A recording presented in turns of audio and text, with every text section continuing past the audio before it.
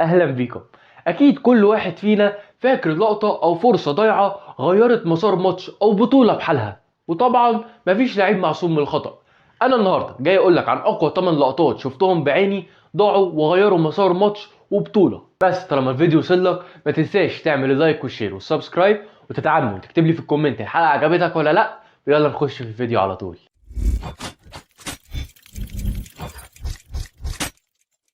أول لقطة معايا هي الماتش غانا ضد الأوروجواي في 2010، وفي الدقيقة الأخيرة من الإكسترا تايم التاني والماتش هيخلص خلاص 1-1. كورنر أخير لغانا والكورة بتتلعب ولويس سواريز بيتقمص شخصية حارس المرمى والدنيا بتتقلب ساعتها، وضربة جزاء بتتحسب لغانا في الدقيقة الأخيرة من ربع نهائي كأس العالم.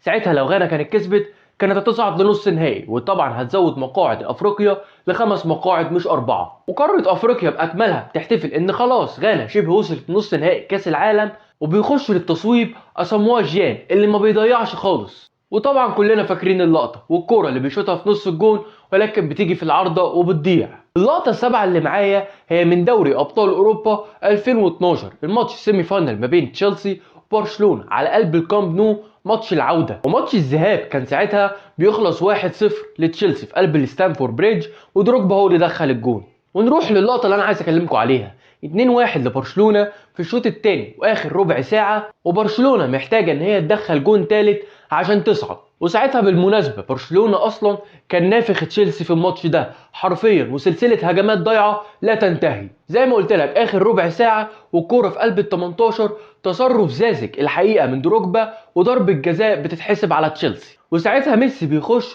وكانت قدامه فرصة اللي هو يموت الماتش تماما، وكمان اصلا تشيلسي كان بيلعب في 10، وميسي بيخش وبيجيب الكرة في العارضة والكرة بتضيع. ومن اللقطة السابعة نروح للقطة السادسة، واللقطة السادسة في كأس العالم فيفا قطر 2022، وساعتها كانت سالم الدوسري في ماتش السعودية ضد بولندا في دور المجموعات. وساعتها السعودية كانت عاملة ماتش جامد قوي ضد بولندا، ولكن للأسف بتلبس جون في الشوط الأول، وبتجيلها في آخر الشوط الأول ضربة جزاء، وتقدر إن هي المفروض لو جابتها تعوضها، وشكل الماتش كان هيتحول تماما. ولكن سالم الدوسري بيخش يشوط ضربة الجزاء دي، وللأسف بتضيع، وبتضيع معاها أحلام السعوديين وكل العرب في إن السعودية تتأهل لبعد دور المجموعات. كان إحباط شديد جدا بعد ماتشين أو بطولة قوية جدا للسعودية. اللقطة الخامسة وهي في دوري أبطال أوروبا 2019 في ربع النهائي ما بين ليفربول وبرشلونة، وساعتها الماتش الأول كان في الكامب نو وبرشلونة كسبانة 3-0، وفي آخر دقيقة وهجمة مرتدة لبرشلونة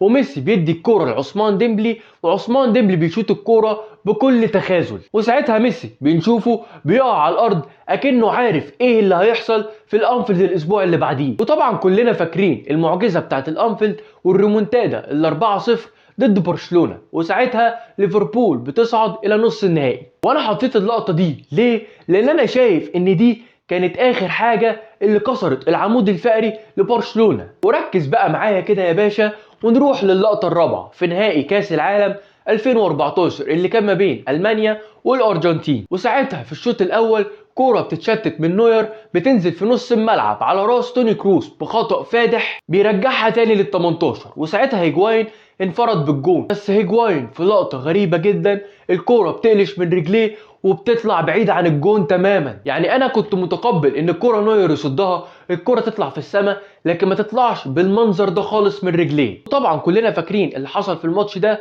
والمانيا هي اللي قدرت تحقق كاس العالم على حساب الارجنتين، وكانت خيمة امل كبيرة جدا ليونيل ميسي. اما عن الثلاث لقطات اللي هنبتدي فيهم او التوب 3، دول اكتر 3 لقطات شايفهم ان هم ضيعوا على فريقهم بطولات. ونروح للقطة الثالثة وهي لقطة جون تيري في نهائي 2008 لدوري ابطال اوروبا ما بين تشيلسي ومانشستر يونايتد. الماتش كان متقفل مفهوش هجمات كتير، كريستيانو دخل جون وفرانك لامبرت اتعادل لتشيلسي، وبنروح لضربات الجزاء. وساعتها كريستيانو بيضيع واخر كوره لتشيلسي وهي الكوره الخامسه، وجون تيري بيدخل، ولو كان جابها في الجون كانت البطوله هتتحسم لتشيلسي والدنيا هتخلص. ولكن للاسف في زحلقه شهيره جدا وكوره بتخبط في العارضه وبتطلع بره، واللقطه دي حرمت تشيلسي من اللقب الاول ليها في دوري ابطال اوروبا. ونروح للمركز الثاني وهي لقطة روبن في فاينل 2010 كاس العالم ما بين هولندا واسبانيا. وطبعا كلنا عارفين عقدة هولندا مع النهائيات بتاعت كاس العالم، انفراد وكرة هايلة جدا من ديانج بيلعبها في نص الملعب،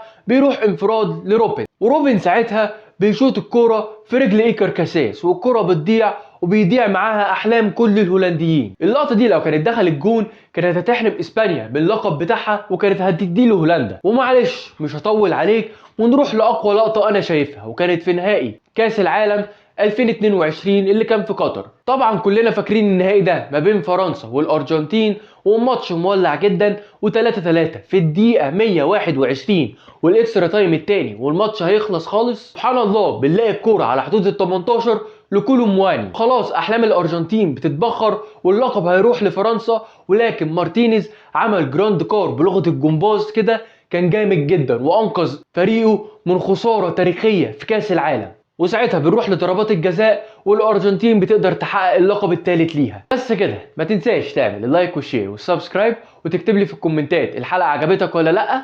شكرا.